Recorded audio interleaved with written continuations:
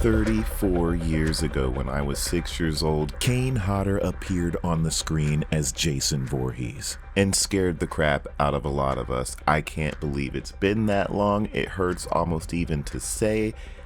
34 years ago, you guys. And now here in 2023, he's still doing his thing, stunt coordinating, performing, and now soon here we're going to be able to play him once again as Leatherface in Texas Chainsaw Massacre, the game, and it is looking great. Gun Media's Ronnie Hobbs, Matt Zepp, Wes Keltner, and the rest of the crew out there with Sean Whalen, Christina Klebe have all put together this interview and a sneak peek behind the scenes of the motion capture sessions that they've had a couple years past. I will put all of the links to the full motion capture video down in the description area, but I just wanted to talk about all this from my own perspective. Let's look at a little bit of what I noticed in the video regarding just a little touch on the gameplay, you guys. I noticed that you see the characters yelling at each other, kind of like how the cook picks on Leatherface and also the hitchhiker. I know a lot of us spoke on the Discord and on the forums, Reddit, about how maybe the characters can buff each other temporarily by scolding each other. You go up to each other and do an interaction to sort of buff each other up, maybe. It was just a theory. I'm not sure if that's what's going on here. It could literally just be a celebration or a cinematic that you see at the beginning or the end of the round. But if you can do this in the middle of a match, this would be really kind of a cool thing to see. What does it do?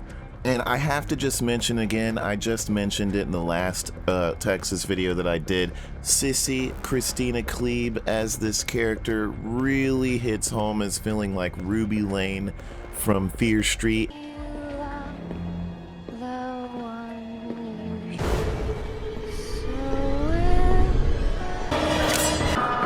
And man, does it look good. I think she's going to be secretly one of my favorite characters outside of just playing Leatherface. Christina, this looks like a cool performance that you've done here, and I can't wait to see more of Sissy. She looks creepy.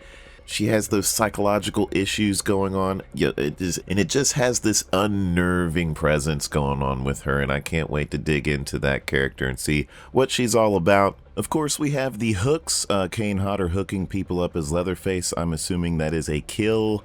And also, check it out, you guys, Grandpa getting ready to execute a victim right here in this scene. It looks like you can also, as a survivor, save somebody in the midst of being killed by Grandpa if you don't get there in time. Kind of an environmental kill, I would guess, where you put them over to Grandpa and Grandpa will hit them in the head with the hammer if you don't save them in time. Also, Leatherface picking up victims and carrying them around. I wonder how all of this will fit into the gameplay. Very exciting to wonder about all that. Just in general, we got a lot of cool animations here from various scenes and interactions in the game. You got them being put in a chair, which I assume is an opening scene at the beginning of a match where they're getting trapped because you do start off bound and you have to escape. Just a lot going on here. And I wanted to add on to you guys. Back in 1996, some of you might remember a game called Clock Tower that came out on the first PlayStation console system.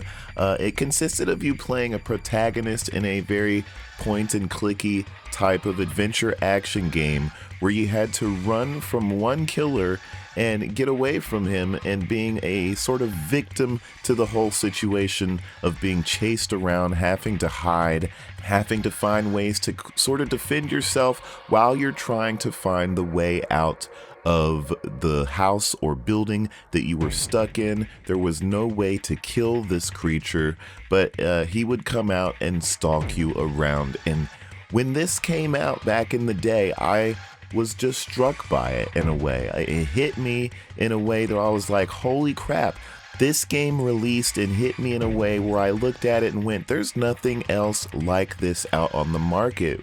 You're playing this character who's defenseless and this killer's coming after you, and it's dark, but you have the daytime moments where you're getting to know the characters and the story's there, but then at nighttime all hell breaks loose.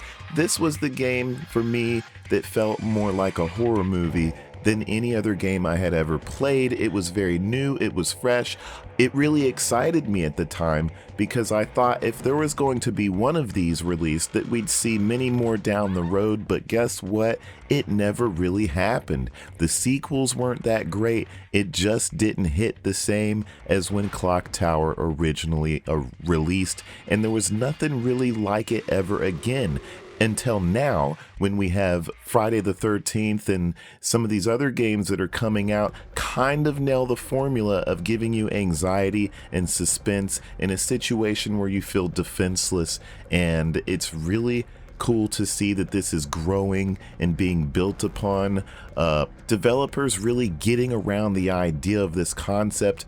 Maybe not in the aspect of being a single player game how I had imagined it would end up, but now in a multiplayer game, which makes more sense to have a real person's brain being able to play these killers and search around for the other real players that are playing the victims. And it's just a really beautiful thing to see for the horror genre in general. Finally, after all these years, the whole Clock Tower idea coming to life once again through these types of games like Friday the 13th and Texas Chainsaw Massacre, where the environment and the details of the atmosphere are built upon in a way to get your adrenaline going while you're playing the game.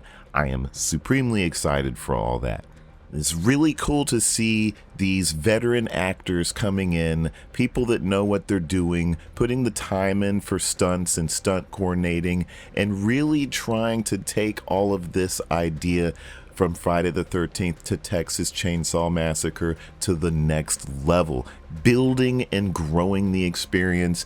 It really is kind of exciting to wonder what will come next years down the road, and what this Texas Chainsaw game and Killer Clowns from Outer Space, what they will build and what they will encourage and motivate aspiring developers to want to go out and do years to come down the road. I'm rooting for Gun Media on this one. I'm rooting for the team creating this game. I'm rooting for it to resonate with an audience of players in the way that Friday the 13th did, if not even better than that. And it's very exciting. And this is the year, you guys, 2023. We don't have long to wait now. I can't wait to jump in and play with some of you in there. And that's pretty much what I wanted to say here. I'm just as excited as most of you are, hyped for this experience. Again, the link to the full motion capture behind the scenes right down in my description area. I will see you guys later. We don't have long now. Take care and happy horror to all of you.